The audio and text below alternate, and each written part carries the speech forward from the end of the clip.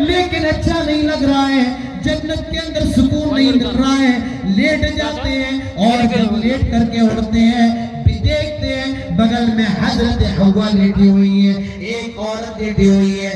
اللہ تعالیٰ فرماتا ہے یا آدم اسکن انت وزوجک الجنہ، آئے آدم تو اور تیری بیوی جنت میں جہاں جانا ہے جاؤ، جو کھانا ہے کھاؤ، جو پینا ہے پیو۔ حضرت آدم اور حوا جنت کے اندر ہے، جنت کی نعمتوں کا مزہ لے رہے ہیں، جنت کے اندر کھا رہے ہیں پی رہے ہیں، لیکن اللہ نے خبردار کیا تھا آئے آدم آئے حوا اس بات کا خیال رکھنا لا تقرب هذه الشجرہ، دیکھو یہ جو درخت ہے، یہ جو پیڑ ہے، اس پیڑ کے قریب نہ جانا، اس کا پھل نہ کھانا، پھل کھانا تو دور کی بات ہے، اس بنا بھٹکے شیطان آیا، ابلیس آیا، حضرت آدم اور حوا سے کہتا ہے آئے آدم آئے حوا، ابھی تمہیں جنت کے درخت کے بارے میں معلوم نہیں ہے، اللہ نے تمہیں اس کے قریب جانے سے کیوں منع فرمایا ہے؟ اس کی وجہ یہ ہے ان تکون ملکین او تکون من الخالدین، یہ جو جنت کا پیڑ تمہیں نظر آ رہا ہے، یہ جو جنت کا درخت تم دیکھ رہے ہو، یہ ایک چمتکاری پیڑ ہے، یہ ایک معجزاتی پیڑ ہے، اگر تم اس پیڑ کا پھل کھا لو گے ان تکون ملکین تو تم فرشتے بن جاؤ گے، او تکون من الخالدین یا ہمیشہ ہمیشہ جنت کے ہو جاؤ گے، کبھی بھی تمہیں جنت سے نکالا نہیں جائے گا۔ فَدَلَّاهُمَا بِغُرُورٍ، قرآن کہتا ہے آدم اور حوا اس ابلیس کے ورغلانے میں آگے، بہکانے میں آگے، اور کیا کیا؟ وہ پھل کھا لیا، جو پیڑ سے پھل کھا لیا۔ وَاتَّفِقَا يَخْصِفَانِ عَلَيْهِمَا مِنْ وَرَقِ الْجَنَّةِ، اور جب اس جنت کے درخت کا پھل کھایا، نافرمانی کر دی، ان کے جسموں پر جو جنتی لباس تھا، جنتی لباس آٹومیٹک اچانک اتر جاتا ہے، یہ دونوں پرہنہ ہو جاتے ہیں، ننگے ہو جاتے ہیں۔ جنت کے درخت کے جو پتے زمین پر پڑے ہوئے تھے، ان پتوں کو اٹھا کر اپنے شرمگاہوں کو چھپانے لگتے ہیں، اپنی شرمگاہوں کو ڈھانپنے لگتے ہیں۔ میرے بھائیوں، آدم اور حوا سے جو غلطی ہوئی، اللہ نے منع کیا تھا دیکھو جنت کا پھل نہ کھانا، لیکن کھا لیا، غلطی ہو گئی۔ اللہ نے اس غلطی کی سزا یہ دی، ان کے کپڑے اتار لیے، ان کا لباس اتار لیا، اور جب کپڑے اتار لیے گئے، یہ دونوں مارے شرم کے اپنے جسموں کو پتوں سے چھپانے لگے۔ معلوم یہ چلا میرے بھائیوں، ننگا رہنا، برہنہ رہنا، بے لباس رہنا، یہ انسانیت کے خلاف ہے، یہ آدمیت کے خلاف ہے۔ آدم اور حوا نے ننگا رہنا گوارا نہیں کیا، لیکن آج یہ آدم کے بیٹے، آج یہ حوا کی بیٹیاں ننگے رہنے کو ترقی سمجھتی ہیں، ننگے رہنے کو عزت سمجھتی ہیں۔ امریکہ چلے جاؤ، لندن، برطانیہ چلے جاؤ، اور اب ہمارا ملک ہندوستان بھی سے محفوظ نہیں، دلی چلے جاؤ، بمبئی چلے جاؤ، یا تو پھر بھی خیر ہے۔ میرے بھائیوں، کبھی گوا کا منظر دیکھ لینا، کبھی گوا کا منظر دیکھ لینا، آپ کو برہنہ لوگ پھونک کے باؤ نظر آ جائیں گے۔ آج ننگا ناز دنیا کے اندر ایسا ہو رہا ہے، آج بے حیائی کا ایسا ماتم ہے کہ میرے بھائیوں میں اس کو بیان نہیں کر سکتا ہوں۔ ننگا رہنا یہ آدمیت کے خلاف ہے میرے بھائیوں، یہ اللہ کی طرف سے سزا ہے، لیکن آج سزا کو انسان ترقی سمجھ رہا ہے۔ تو آدم حوا نے غلطی کر لی، جنت کے درخت کا پھل کھا لیا۔ اللہ نے فرمایا آئے آدم اب میری جنت سے نکل جاؤ، کپڑوں کو چھین لیا اور جنت سے نکال دیا، آدم اور حوا کو دنیا کے اندر نازل کر دیا۔ حضرت آدم کو شری لنکا کے اندر نازل کیا، ایک پہاڑ ہے اور اس پہاڑ کا نام سرندیپ ہے۔ میرے بھائی اس بارے میں کوئی دلیل نہیں ہے، نہ قرآن کی کوئی آیت ہے، نہ اللہ کے نبی سے کوئی حدیث ثابت ہے، لیکن اکثر علماء کا یہ کہنا ہے حضرت آدم علیہ السلام کو شری لنکا کے پہاڑ سرندیپ پر نازل کیا گیا، جس کو آدم سپیک کہتے ہیں انگلش کے اندر، شری لنکا کے اندر بھیجا گیا، نازل کیا گیا، اور حضرت حوا کو جدہ کے اندر نازل کیا گیا، اور ان دونوں کو حکم دیا گیا، یہ دونوں مکے کے اندر ملے ہیں، یہ دونوں مکے کے کے اندر ملتے ہیں اور اپنی غلطی پر شرمندہ ہوتے ہیں، اللہ تعالیٰ سے معافی مانگتے ہیں، اور کیسی معافی مانگتے ہیں؟ ربنا ظلمنا انفسنا وان لم تغفر لنا وترحمنا لنكونن من الخاسرین۔ آئے مسلمانوں، آئے کٹیا کے لوگوں، اپنے روٹے رب کو منایا کیسے جاتا ہے، اپنے اللہ کو راضی کیسے کیا جاتا ہے، اپنے گناہوں کی معافی کیسے مانگی جاتی ہے، یہ سیکھنا ہے تو آدم اور حوا سے سیکھو۔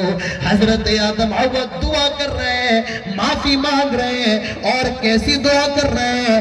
ربنا ظلمنا انفسنا، آئے ہمارے رب، آئے ہمارے پروردگار، ربنا ظلمنا انفسنا، ہم نے اپنے نفسوں پر ظلم کیا ہے، وَإِن لَّمْ تَغْفِرْ لَنَا، اللہ اگر تو ہمیں معاف نہیں کرتا ہے، آئے اللہ اگر تو ہماری غلطی کو بخشتا نہیں ہے، وَتَرْحَمْنَا، اور اگر تو ہم پر رحم نہیں کرتا ہے، آئے اللہ اگر تو ہم پر معاف نہیں کرتا ہے، وَتَرْحَمْنَا لَنَكُونَنَّ مِنَ الْخَاسِرِينَ، اللہ ہم تو خسارہ نقصان اٹھانے والوں میں سے ہو جائیں گے۔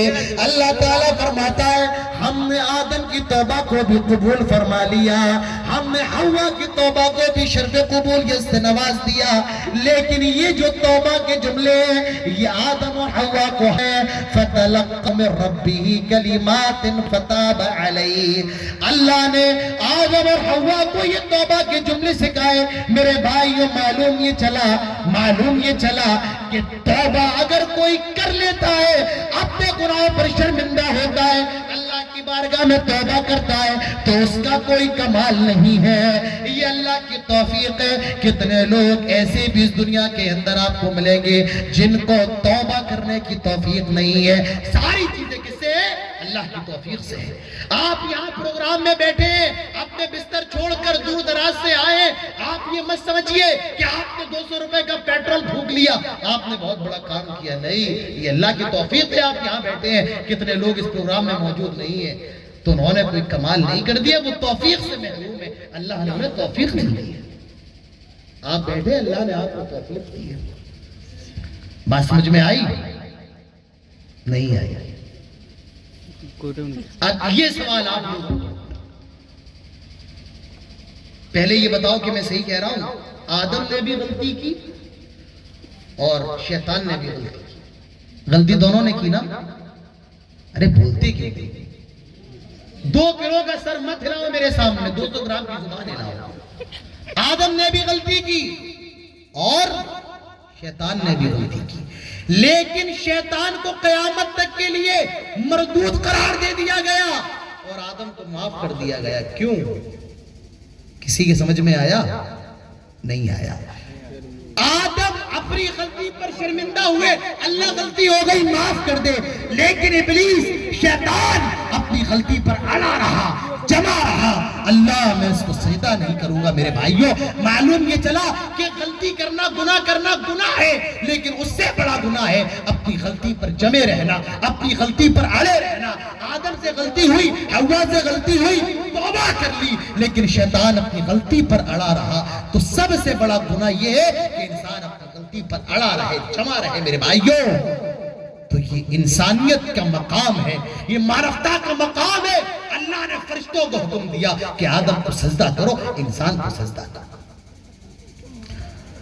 اللہ تعالیٰ فرماتا ہے، قرآن اٹھاؤ میرے بھائیوں، اس پروگرام کا موضوع ہے پیام انسانیت، معرفتہ کا سندیش، لیکن میں آپ سے یہ کہنا چاہتا ہوں، رب کعبہ کی قسم ہے، اسلامی واحد ایک ایسا دین ہے جو انسانیت کا پیغام دیتا ہے، جو مانوتا کا سندیش دیتا ہے، جو ہیومینٹی کا میسج دیتا ہے۔ قرآن اٹھاؤ، اللہ تعالیٰ فرماتا ہے، اِنَّا خَلَقْنَاكُم مِّن ذَكَرٍ وَأُنثَىٰ وَجَعَلْنَاكُمْ شُعُوبًا وَقَبَائِلَ لِتَعَارَفُوا إِنَّ أَكْرَمَكُمْ عِندَ اللَّهِ أَتْقَاكُمْ۔ آئے لوگوں، تم سارے لوگ جتنے اس دنیا کے اندر ہو، ہندوستان کا رہنے والا ہو، چاہے پاکستان سے ہو، بنگلہ دیش سے ہو، جاپان سے ہو، سوڈان سے ہو، امریکہ سے ہو، آسٹریلیا سے ہو، لندن سے ہو، افریقہ سے ہو، نائجیریا سے ہو، مورتانیہ سے ہو، تونس سے ہو، چاہے وہ مکے کا رہنے والا ہو، قرآن کہتا ہے دنیا کے اندر جتنے بھی انسان ہیں، غریب ہو، امیر ہو، کالا ہو، گورا ہو، جوان ہو، بوڑھا ہو، ہندو ہو، مسلمان ہو، عیسائی ہو، سکھ ہو، بودھ ہو، آدی واسی ہو، یا کسی بھی دھرم کو نہ ماننے والا ہو، قرآن کہتا ہے جتنے بھی مانو ہیں، جتنے بھی انسان ہیں، سارے کے سارے ایک ہی ماں باپ کی اولاد ہے۔ ان کے باپ کا نام آدم ہے، ان کی ماں کا نام حوا ہے، آدم کی اولاد ہے، آدم کے بیٹے ہیں۔ دنیا کے اندر جتنے بھی لوگ ہیں سب ایک ہی ماں ایک ہی باپ سے پیدا ہوئے ہیں۔ ان کی ماں کا نام حوا ہے اور ان کے باپ کا نام آدم علیہ السلام ہے۔ دنیا کے اندر کوئی کسی سے بڑا نہیں ہے، کوئی پیروں سے پیدا نہیں ہوا، کوئی گھٹنے سے پیدا نہیں ہوا۔ اللہ کی نظر میں کوئی دلت نہیں ہے، کوئی برہمن نہیں ہے، اللہ کی نظر میں کوئی اونچا نہیں ہے، اللہ کی نظر میں کوئی نیچا نہیں ہے، اللہ کی نظر میں ایسا نہیں ہے جو تمل بولتا ہو تو وہ اعلیٰ ہو اور جو بہاری بولتا ہو بھوجپوری بولتا ہو وہ ذلیل ہو۔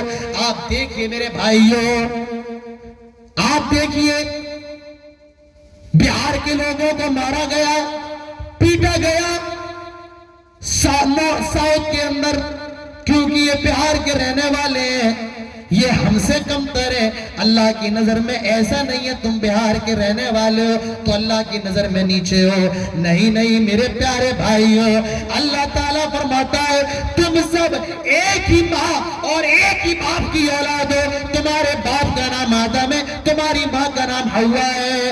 اللہ نے تمہیں ایک ہی ماں اور ایک ہی باپ، ایک ہی جنجاتی سے پیدا کیا ہے۔ وَجَعَلْنَاكُمْ شُعُوبًا وَقَبَائِلَ لِتَعَارَفُوا، اور پھر اس کے بعد تمہیں قبیلوں میں بانٹ دیا، تمہیں ملکوں میں بانٹ دیا، تمہیں بہار کا بنا دیا، مجھے یو پی کا بنا دیا، انہیں ہم لوگوں کو ہندوستان کا بنا دیا، انہیں سعودی کا بنا دیا، انہیں نیپال کا بنا دیا، انہیں بنگلہ دیش کا بنا دیا۔ اللہ نے ملکوں میں گروہوں میں تقسیم کر دیا۔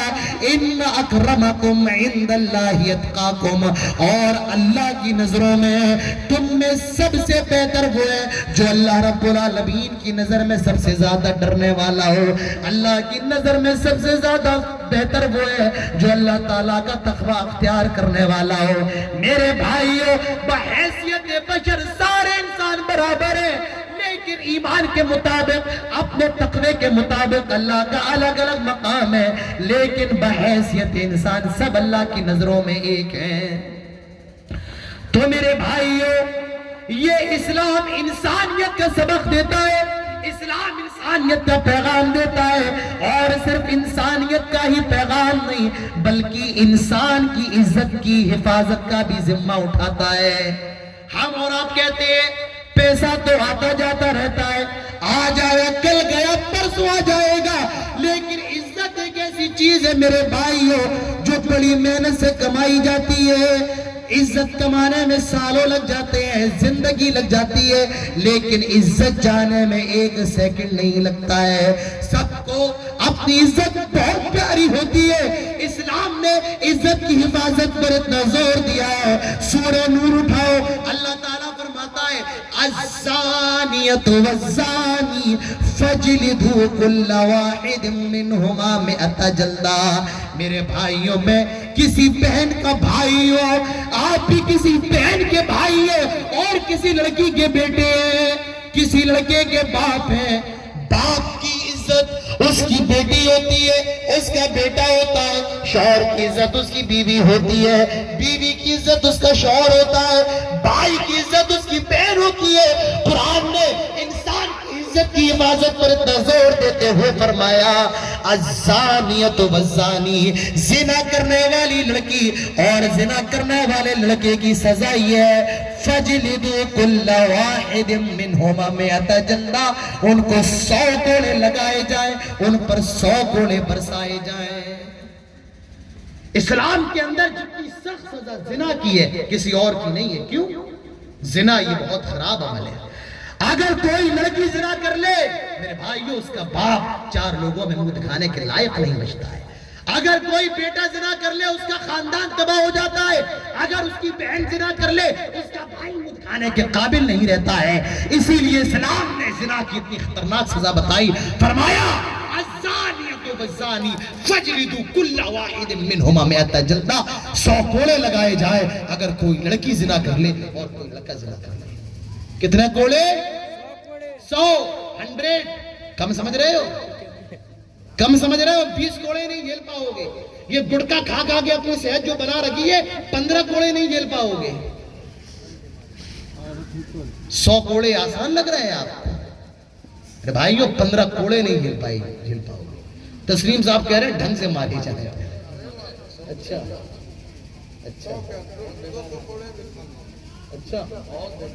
تو ڈھنگ کے کوڑے مارے جائے۔ تو یہ کس کی سزا ہے؟ غیر شادی شدہ کی۔